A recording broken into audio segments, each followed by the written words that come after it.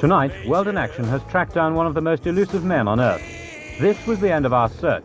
An ex-cattle boat, the Royal Scotsman, docked at Bizerta, a small port in North Africa.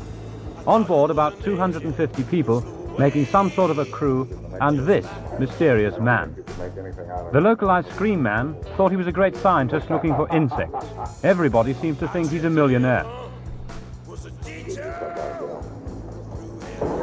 These are no ordinary seamen.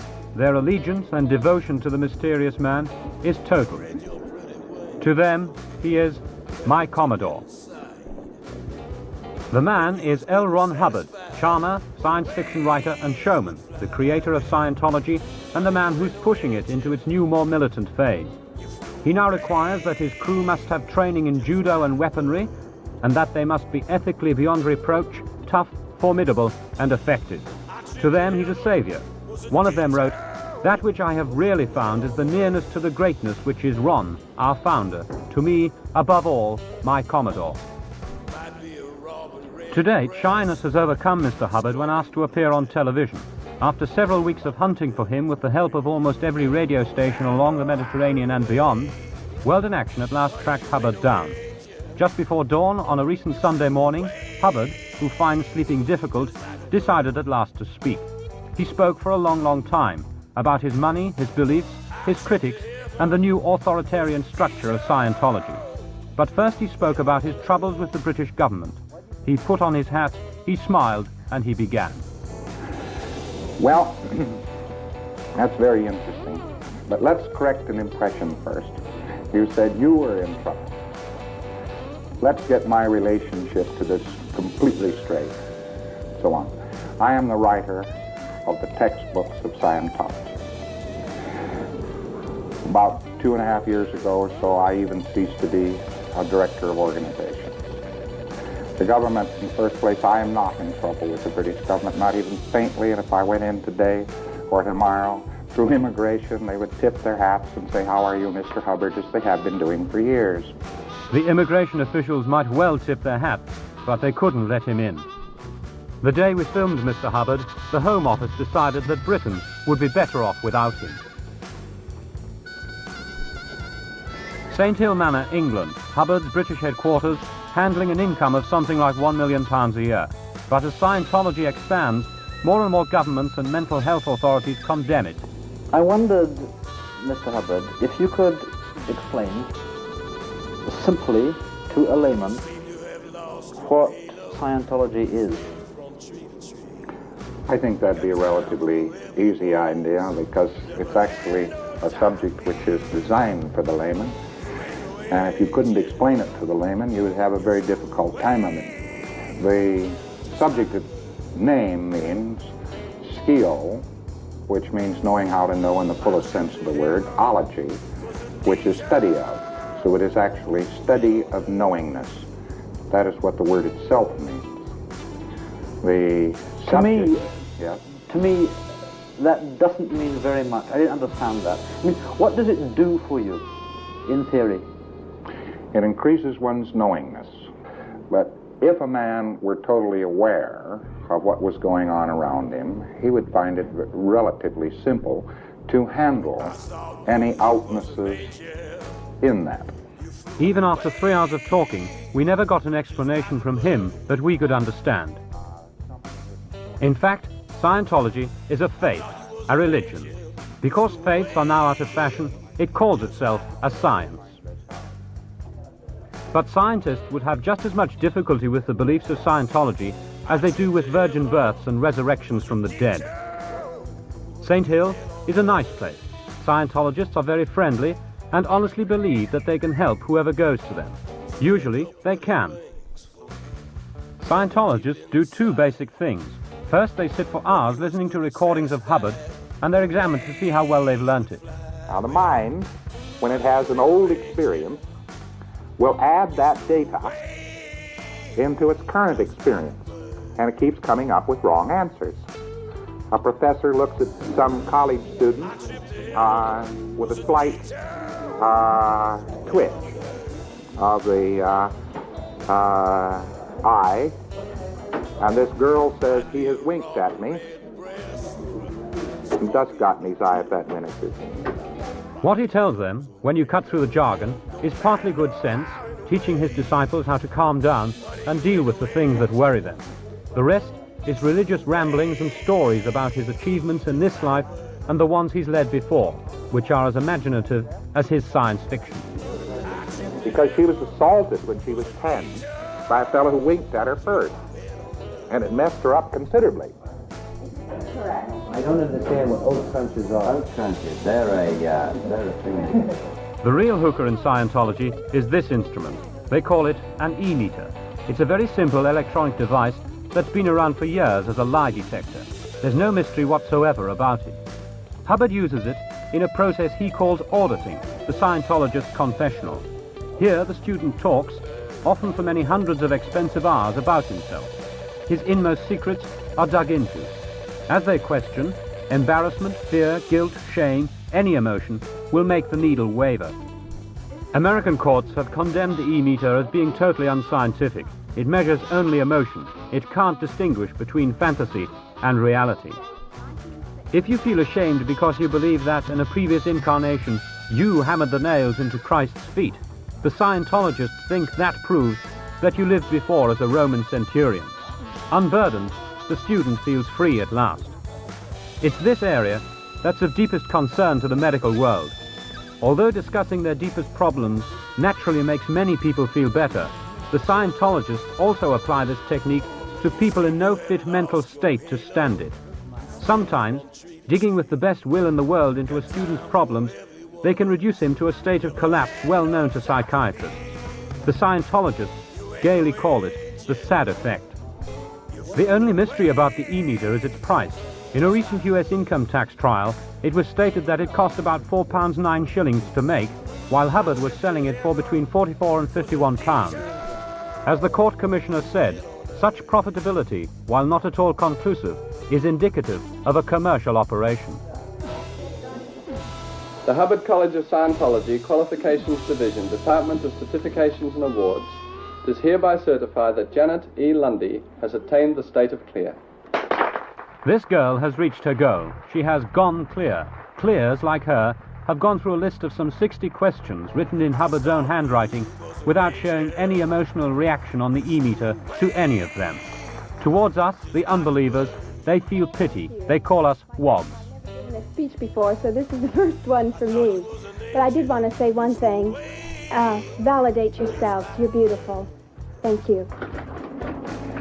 For many, Scientology becomes not only a faith, but a way of life. They become dependent upon the organization for their social life and even their livelihood.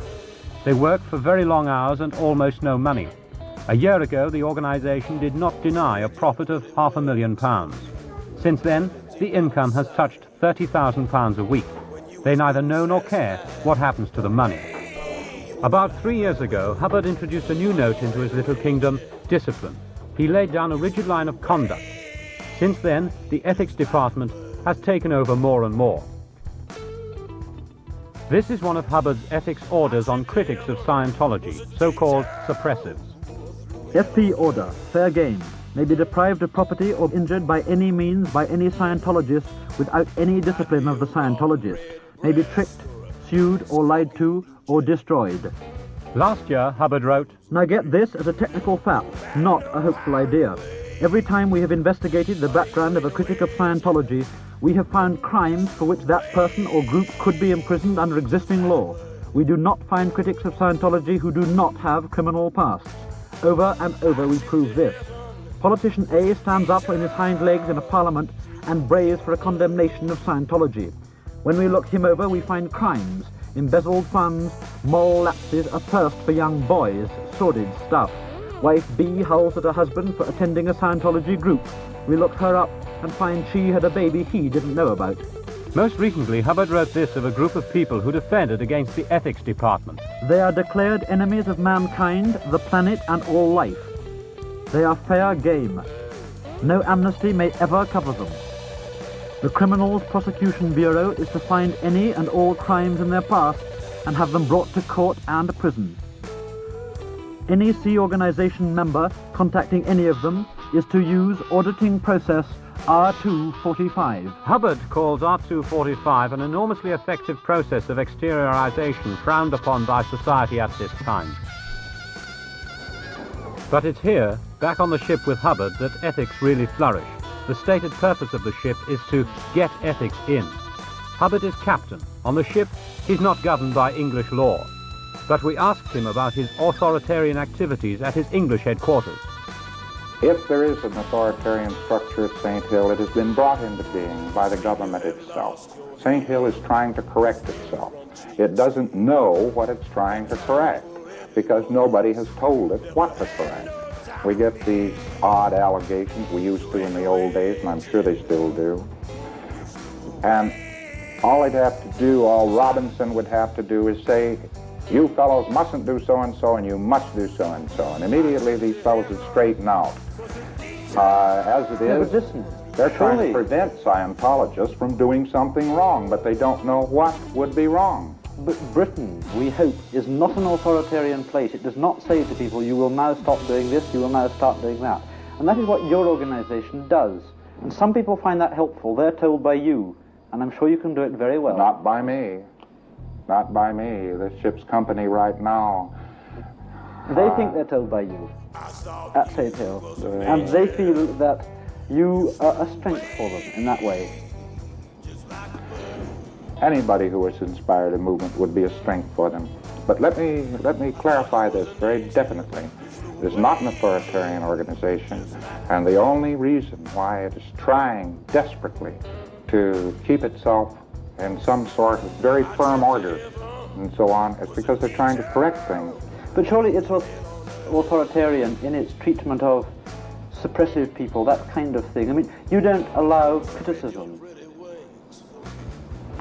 Oh no, a suppressive person isn't critical. A suppressive person is a person who denies the right of others. But surely you are doing precisely that thing to them by denying them the right to do what they want to do. Perhaps, but if somebody's going to kill a baby, I think you would deny him the right to. This is beside the point. The only reason why any discipline has had to enter the scene, and the government should be very glad of that discipline, is to keep the lunatic fringe and from other people from exploiting this subject and victimizing people with it. If the government were to knock out the control point of Scientology, they would reap the whirlwind. Why do they just fight it and say there's something bad, but they never specify what's bad? They haven't specified. For instance, right now they say we're breaking up marriages. Boy, that's a lie. As a matter of fact, they're saying that at the moment when you've got this book, which was just about to go on the press, is How to Save Your Marriage, because it contains thousands of successful marriages. How many times have you been married? How many times have I been married? I've been married twice. And I'm very happily married just now. I have a lovely wife and I have 4 children. My first wife is dead. What happened to your second wife? I never had a second wife. What Hubbard said happens to be untrue. It's an unimportant detail, but he's had 3 wives. He did have a second wife, Sarah Northrop Hubbard, from whom he was divorced on the 12th of June 1951. He has at least 3 other children. What is important is that his followers were there as he lied. But no matter what the evidence, they don't believe it. Nick Robinson was on that ship until June this year as Director of Public Activity. How do Scientologists react when it's proved to them that Hubbard claims things in his past that just aren't true? Well, it depends how high up they are. Obviously, you can shake a pretty new Scientologist that way. But if they've been in Scientology a long time, they don't think in other terms, you know. Scientology is their universe, and so they would just refuse to believe it. What are you actually doing on this ship now?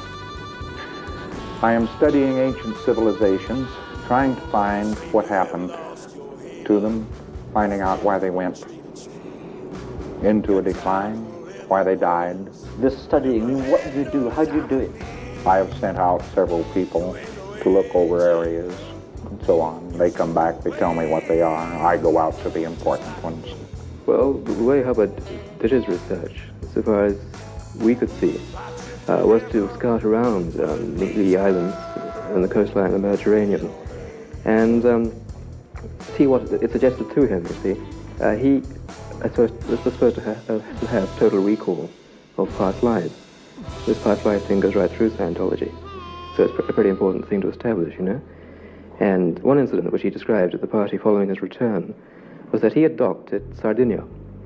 And 2,000 years ago, according to him, he had been the commander of a fleet of war galleys in the Mediterranean. And he'd had an affair with the priestess of the temple on Sardinia. And he used to make assignations with her by a secret tunnel into the temple. It was all beautiful Rider Haggard stuff. And, well, at the island, he made a little plasticine model of the secret entrance and sent his troops around to scout around for it. And there it was, lo and behold, there was a stone which resembled the model. And they thought, well, this is the entrance.